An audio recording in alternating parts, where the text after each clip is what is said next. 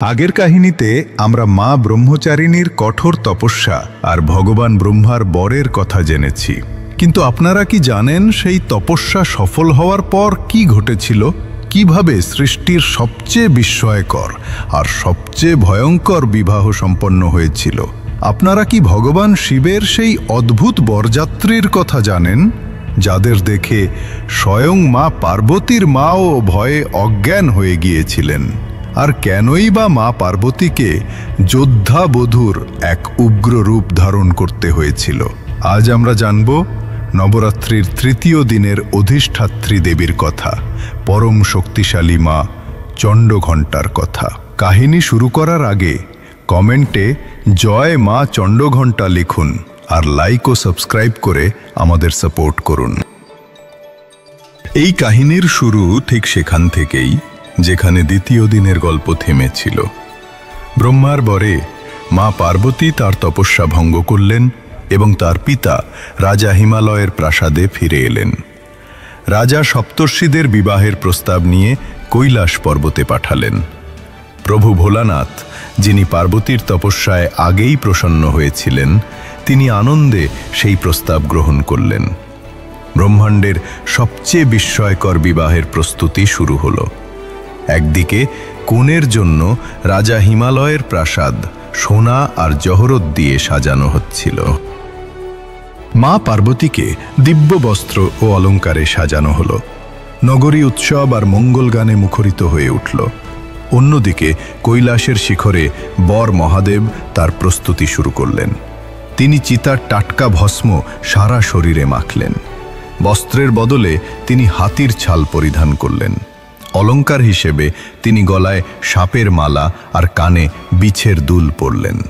তার বাহন নন্দীর ওপর সওয়ার হয়ে তিনি রওনা দিলেন। আর এভাবেই শুরু হলো তার বরযাত্রী, বিশ্বের ইতিহাসের সবচেয়ে অদ্ভুত, সবচেয়ে ভয়ঙ্কর বরযাত্রী। সেই বরযাত্রীতে ভূত, প্রেত, পিশাচ, দৈত্য আর শিবের অনুচরেরা ভয়ঙ্কর রূপে শ্মশানের ছাই ওড়াতে ওড়াতে, গাইতে গাইতে, নাচতে নাচতে, দুলতে দুলতে হিমালয়ের দিকে এগিয়ে চলল। যেই না এই ভয়ঙ্কর বরযাত্রী হিমালয় নগরে প্রবেশ করল, পুরবাসীরা এমন ভয়ঙ্কর অতিথিদের দেখে ভয়ে কাঁপতে লাগল। শিশুরা কাঁদতে শুরু করল আর অনেকেই ভয়ে অজ্ঞান হয়ে গেল। চারিদিকে হুলুস্থুল পড়ে গেল।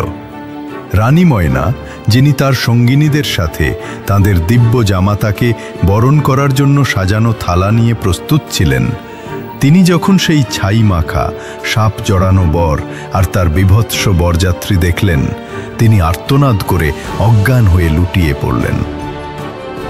জ্ঞান ফিরতেই তিনি হাহাকার করে উঠলেন, হায়, আমি আমার এই কোমল কন্যাকে কখনোই এই শ্মশানবাসীর সাথে বিবাহ দেব না।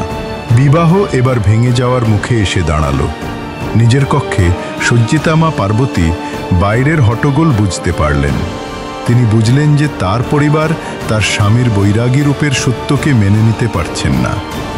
তখন মা পার্বতী, যিনি এতক্ষণ এক কোমল রাজকন্যা ছিলেন, তার পরম শক্তিশালী রূপ প্রকট করলেন। তার শরীর সোনার মতো উজ্জ্বল হতে লাগল। তার 10টি হাত প্রকট হল, যাতে ত্রিশূল, গদা, তলোয়ার আর ধনুর্বাণের মতো অস্ত্রশস্ত্র উজ্জ্বল হয়ে উঠল। তার কপালে এক ঘণ্টার আকারের অর্ধচন্দ্র জ্বলজ্বল করতে লাগল। এই চন্দ্র আর ঘণ্টার কারণেই দেবীর এই রূপ চণ্ডঘণ্টা নামে পরিচিত হল। যোদ্ধাবধূর এই রূপে মা চণ্ডঘণ্টা তার ভীত পরিবারের সামনে এলেন। যেই না তিনি তার কপালে থাকা সেই দিব্য ঘণ্টা বাজালেন, তার ধ্বনি এক নির্ভয়ের তরঙ্গ ছড়িয়ে দিল, যা এক মুহূর্তে সমস্ত ভূত, প্রেত আর অনুচরদের শান্ত ও সংযত করে দিল।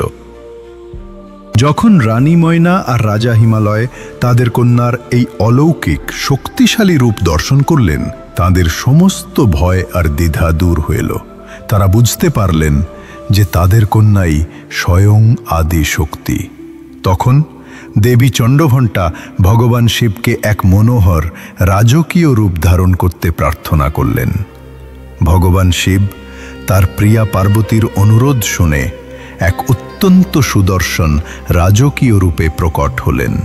এরপর মা পার্বতী তার কোমল রূপে ফিরে এলেন এবং ভগবান শিবের সাথে তাদের সেই দিব্য বিবাহ খুব আনন্দ আর ধুমধামের সাথে সম্পন্ন হল। এইভাবেই মা চণ্ডঘণ্টার ভারসাম্য আর সাহসের দেবীর অলৌকিক কাহিনীর সমাপ্তি হল। 9টি দিব্যরাত্রির মধ্যে এটিই নবরাত্রির তৃতীয় দিনের পবিত্র কাহিনী। কিন্তু এই দিব্য বিবাহের পর যখন ব্রহ্মাণ্ড অন্ধকার আর শূন্যতায় ডুবে গিয়েছিল, তখন কি হয়েছিল?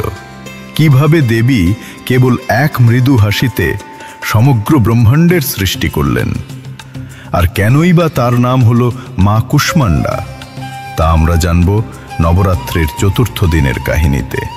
যদি এই কাহিনী আপনাদের ভালো লেগে থাকে তবে ভিডিওটি লাইক আর শেয়ার করতে ভুলবেন না এবং কমেন্টে জয় মাতা দি লিখুন। আর আগামীকালের কাহিনী সবার আগে দেখার জন্য অবশ্যই চ্যানেলটিকে সাবস্ক্রাইব করে বেল আইকনটি প্রেস করে দিন।